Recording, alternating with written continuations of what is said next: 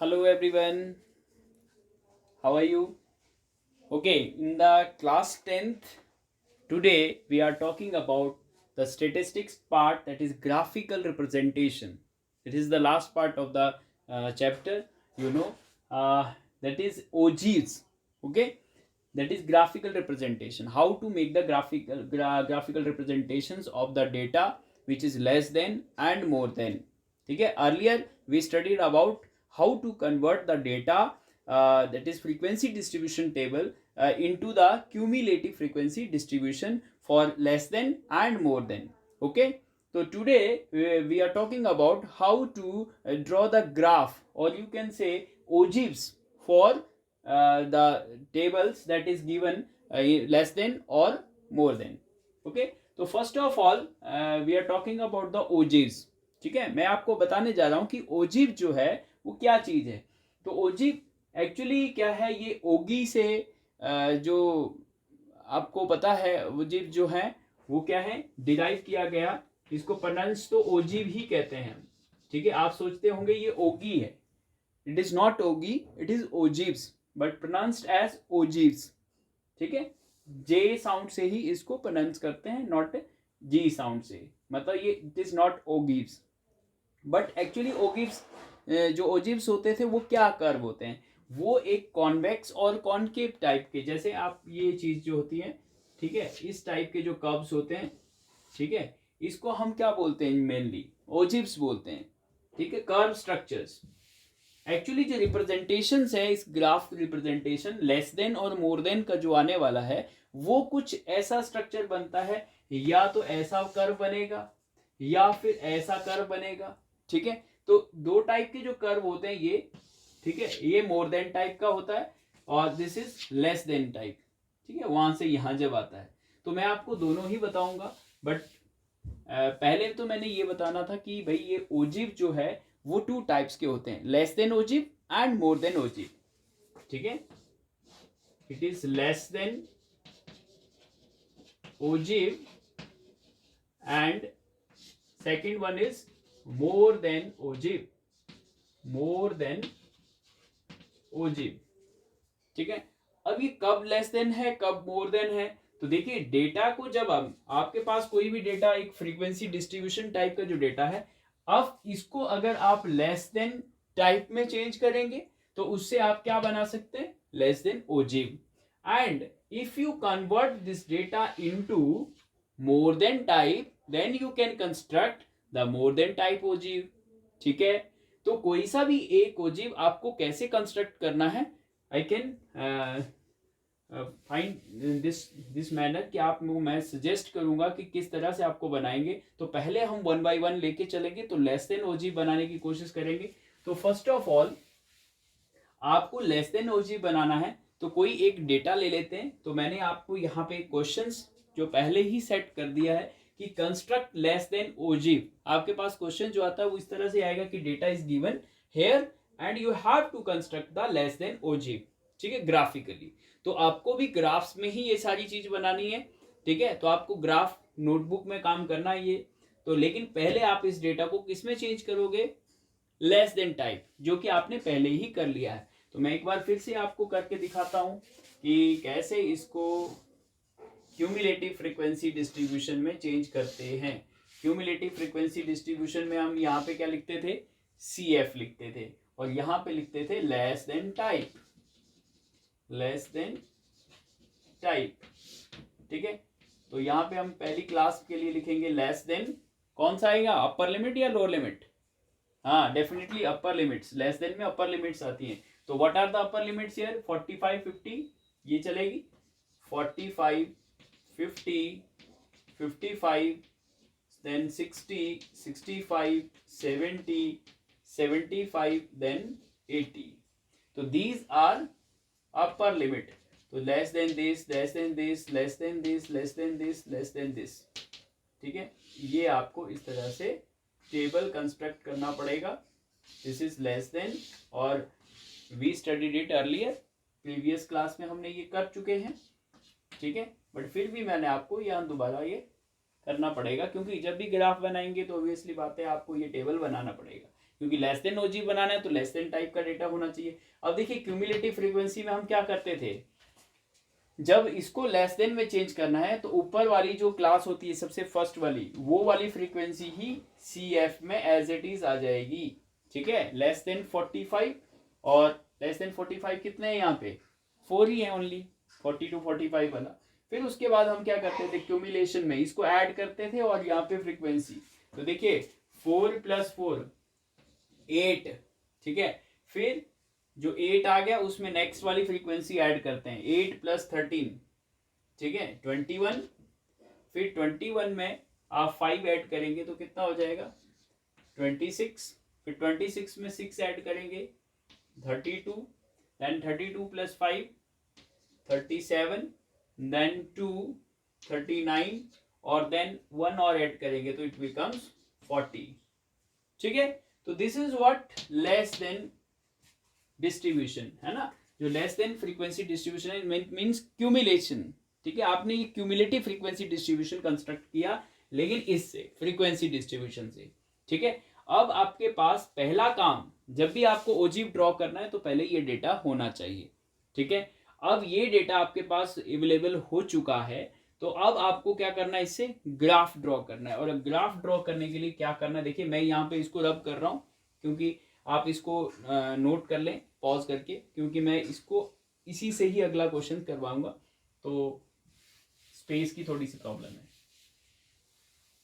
ठीक है, तो नाउ अगर ये आपके पास पूरा का पूरा ग्राफ पेपर है सपोज, ठीक है, अब ग्राफ पेपर है तो आपको सबसे पहले क्या काम करना है, यहाँ पे 2 लाइन छोड़ देना है या 1 लाइन छोड़ देना, जो भी है, और मैक्सिमम अपना जो ग्राफ है वो आपको फर्स्ट क्वाड्रेंट में दिखाना है।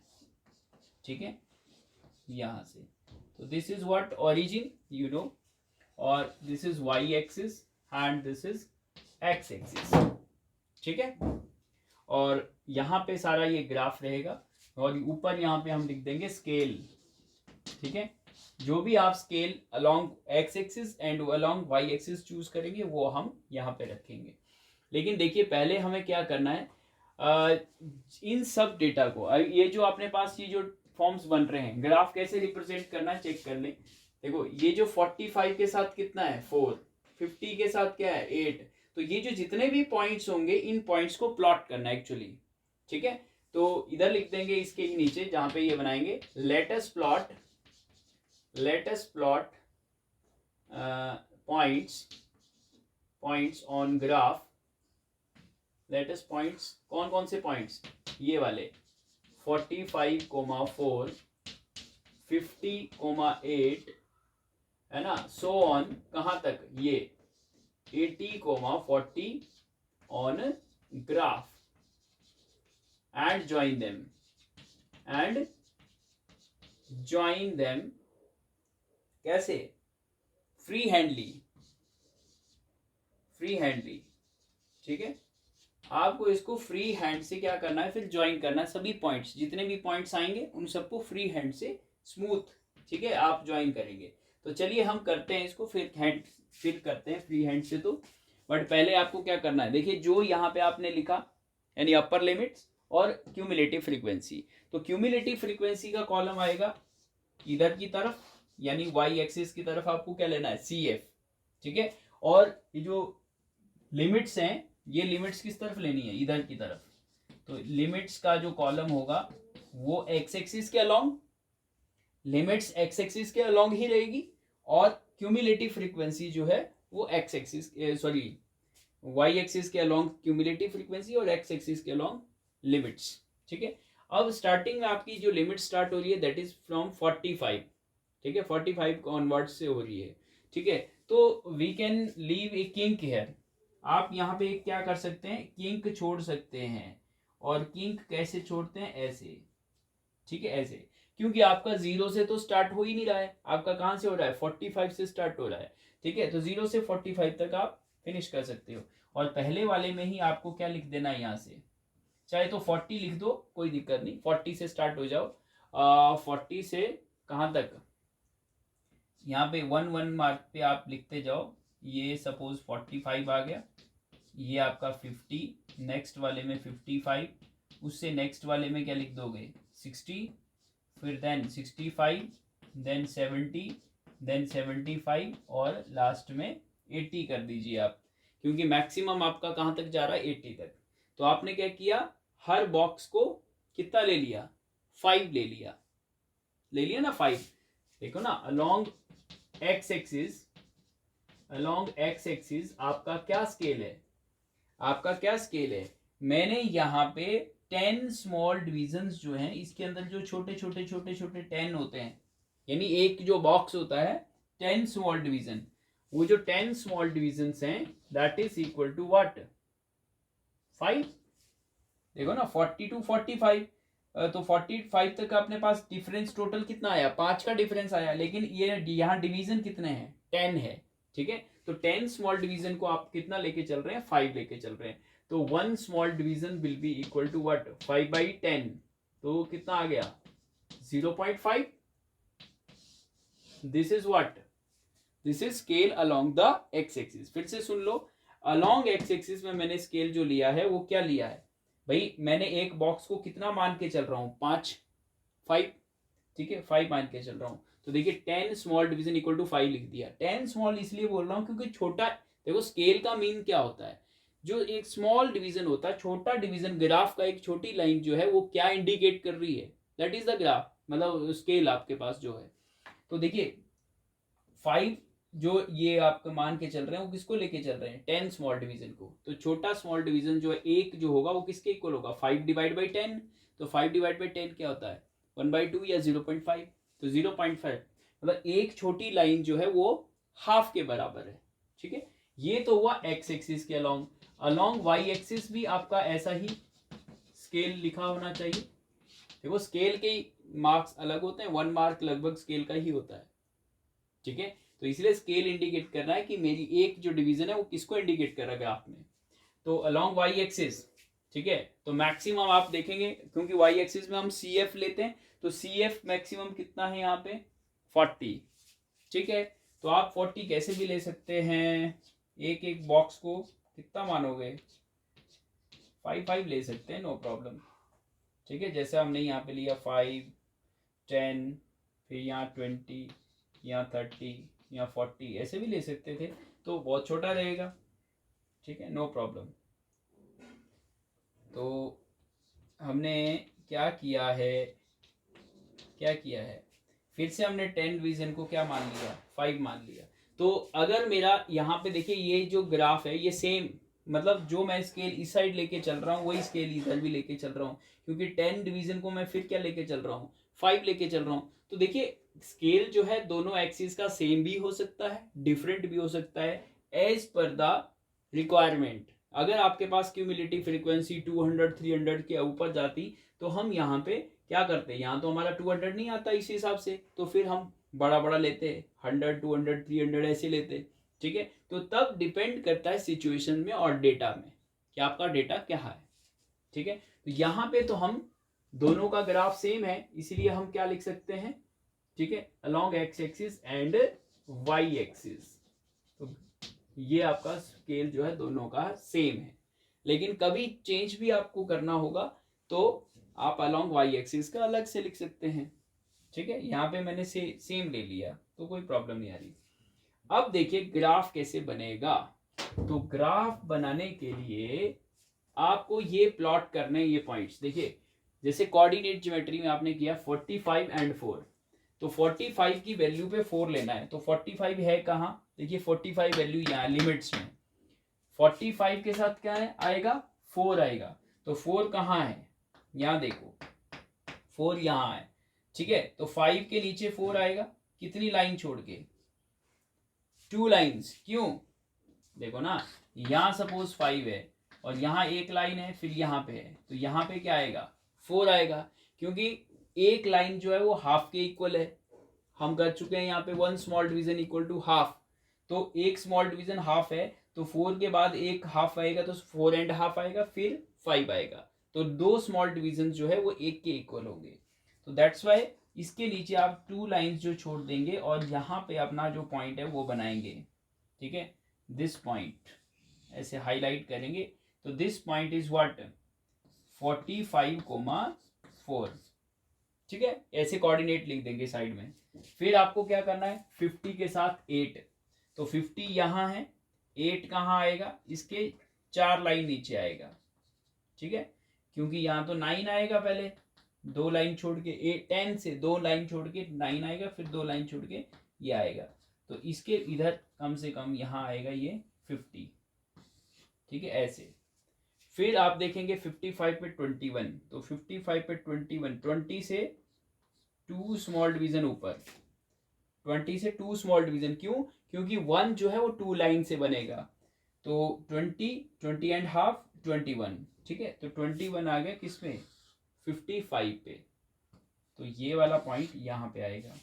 ठीक है, कौन सा वाला, 55 पे 21, और ये क्या था अपना 50, अभी किया था ना हमने 8, ये 8, ऐसे कोऑर्डिनेट लिखेंगे साइड में। और भी इसी तरह से कंटिन्यू कर लो। अब 60 में 26, 60 में 26, ये देखिए 60 में 26 यहाँ आ गया, यहाँ से 60, यहाँ से 26। फिर अगला जो है, अगला पॉइंट क्या है, 65 पे 32, 65 पे 32, 30 से 4 लाइन ऊपर यहाँ पे, क्योंकि ये तो ग्राफ में आपके पास लाइंस लगी रहती हैं तो वहां तो इजी रहता है, यहाँ पे मेरे पास बोर्ड पे लाइंस नहीं है, that's why I am taking this type of lines. ठीक है, vertical and horizontal. Then next 70 पे 37, तो 37 जो है यहाँ पे 36 आएगा, फिर 37 आएगा, और यहाँ पे ये पॉइंट पहुंच जाएगा यहाँ ऐसे। ठीक है, और देन 39 पे 39, इससे 2 लाइन नीचे। ठीक है, थोड़ा सा इधर आ जाएगा 75 पे, और 80 पे तो 40 आ ही जाएगा, बिल्कुल 40, 80 पे तो 40 आ गया अपने पास यहाँ पे। ठीक है, 40, 80, 40। ठीक है, और ये अपने पास क्या था, 75, 39, फिर यहाँ था 70, 37। ठीक है, और ये वाला था अपने पास 65, 32। अब अपने पास देखिए सारे पॉइंट्स आपने प्लॉट कर दिए जितने भी यहाँ पे क्यूमुलेटिव फ्रीक्वेंसी में थे। ठीक है, अब इनको क्या करना है, आपको ज्वाइन करना है फ्री हैंड से इन सब पॉइंट्स को। ये ऐसे देखिए,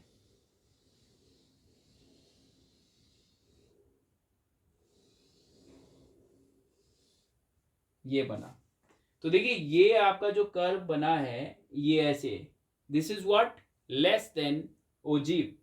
ये क्या बन गया आपका, लेस देन ओजीव बना है। क्लियर बेटा, लेस देन ओजीव, तो ये जो कर्व है this is less than ogive. अगर आप मोर देन ओजीव बनाते तो मोर देन ओजीव में क्या होता है, इधर से ऐसे गिरता है ऐसे। ठीक है, इस तरफ आता ऐसे मोर देन ओजीव। ठीक है, तो this is what, less than ogive. ठीक है, तो अब आप इसी तरह से क्या है, मोर देन ओजीव भी प्लॉट कर सकते हैं, बस उसमें चेंज क्या होगा, उसमें ये होगा यहाँ पे अपर लिमिट्स की बजाय क्या आ जाएगी, लोअर लिमिट्स आएंगी, और क्यूमुलेटिव फ्रीक्वेंसी में हाईएस्ट जो होगा वो ऊपर होगा, फिर डिक्रीज होते होते होते नीचे होगा।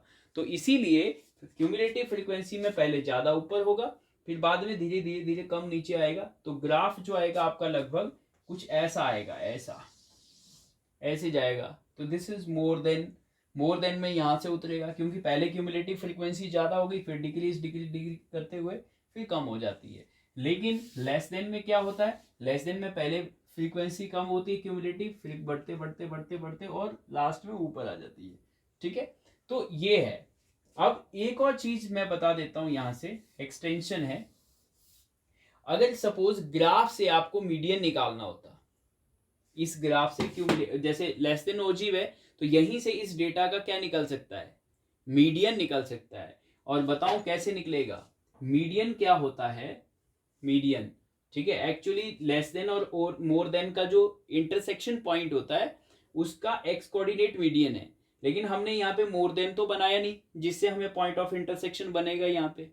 लेकिन एक काम और कर सकते हैं, आपको यहाँ पे n/2 तो मिल सकता है, मीडियन में हम n/2 निकालते थे, ठीक है। तो n कितना है आपके पास, तो n तो मिल रहा है, देखिए CF क्यूमुलेटिव फ्रीक्वेंसी में जो लास्ट में होता है दैट इज n, ठीक है। मीडियन निकालती बार आपको पता है, तो n जो है वो 40 है, तो n/2 क्या हो जाएगा बेटा 20, 40 का हाफ 20 हो गया, ठीक है। अब आपको क्या करना है, क्यूमुलेटिव फ्रीक्वेंसी में नंबर ऑफ ऑब्जर्वेशन टोटल 40 है, तो हाफ कितने हो गए 20, तो n/2 कहाँ आएगा, n/2 20 यहां आएगा, ये तो 40 है, ये यहाँ पे 20 है। तो आपको क्या देखना है, इस 20 से जो स्ट्रेट लाइन ऐसे जा रही होगी, ऐसे जा रही होगी इधर, ठीक है, ऐसे जो भी ग्राफ में ऐसी स्ट्रेट लाइन यहाँ से 20 से जा रही होगी, ठीक उस पॉइंट को आपने इस ग्राफ में पकड़ना है। ये जो लेस देन ओजीब था उसमें आपको ये देखना ये वाला पॉइंट कहाँ है, और उस वाले पॉइंट से बिल्कुल एक नीचे भी जा रही होगी सीधी लाइन, है ना, ऐसे ग्राफ में, ठीक है, ये ग्राफ में ऐसे जा रही होगी। तो इस ग्राफ में ये एक्स एक्सिस पे जहां पे भी मिलेगी, एक्स एक्सिस पे जहां पे भी मिलेगी, वो एक्स कोऑर्डिनेट, वो वाला जो एक्स की जो वैल्यू होगी दैट इज मीडियन, ठीक है। मतलब यहाँ पे जो इस पॉइंट ऑफ इंटरसेक्शन के जो कोऑर्डिनेट होंगे, जो यहां से जा रही है और इधर आ रही है, इन दोनों लाइन, मतलब n/2 है ना, ये अपना n/2 था, तो n/2 से जो स्ट्रेट लाइन सीधी जाएगी उसका एक्स कोऑर्डिनेट नीचे, उस पॉइंट का एक्स कोऑर्डिनेट क्या होगा, ठीक है, वो मीडियन होता है, वो मीडियन होगा। जो भी यहाँ पे एक्स कोऑर्डिनेट होगा, सपोज यहाँ पे जो भी आ रहा है अपने पास, सपोज 50 और 55 के बीच में आ रहा है लगभग मेरा, तो क्योंकि ग्राफ तो नहीं है मेरे पास, बट हाँ लगभग इतना आ रहा है कि 52 53 कुछ ऐसा आ रहा है।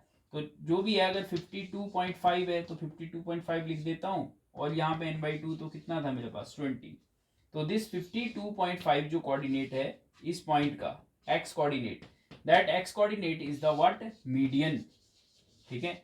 This median is equal to what 52.5, ठीक है, ये मेरा मीडियन हो गया इस ग्राफ से, ठीक है। अप्रॉक्सीमेट तो फाइंड कर ही सकते हैं अल्टीमेटली, ठीक है, क्योंकि देखो यहाँ 50 है, यहाँ 55 है, तो ये कहाँ गिर रहा है 50 और 55 के बीच में आ रहा है लगभग, ठीक है, तो दैट विल बी नियर 52.5, ठीक है। और आप कैलकुलेट करके भी देख लेना, क्योंकि आपके पास जो क्वेश्चन था वो हमने पहले ही लिखा था यहाँ पे, ठीक है, यानी फ्रीक्वेंसी डिस्ट्रीब्यूशन में उसका मीडियन निकाल के देखना, और इसका मीडियन जो है वो दोनों कंपेयर करके देखना कि लगभग आपके पास सेम लगभग आएगा, ठीक है। तो that is alternative method to find the median from the graph, मतलब लेस देन ओजीव से भी आप मीडियन निकाल सकते हैं, ठीक है। तो मोर देन जो ओजीव है एक हम करेंगे, लेकिन उसको हम नेक्स्ट वीडियो में करते हैं, वीडियो लंबा हो जाता है। तो आज आपके करके कुछ 5 जो क्वेश्चंस हैं वो आप लेस देन ओजीव के बनाइए, ठीक है। जो भी आपने डेटा को कन्वर्ट किया होगा लेस देन ओजीव में, you can draw the graphs of this one, ठीक है, to 5 questions. Okay, thank you so much for watching this video. We'll meet in the next video with the more than type. Okay, thank you.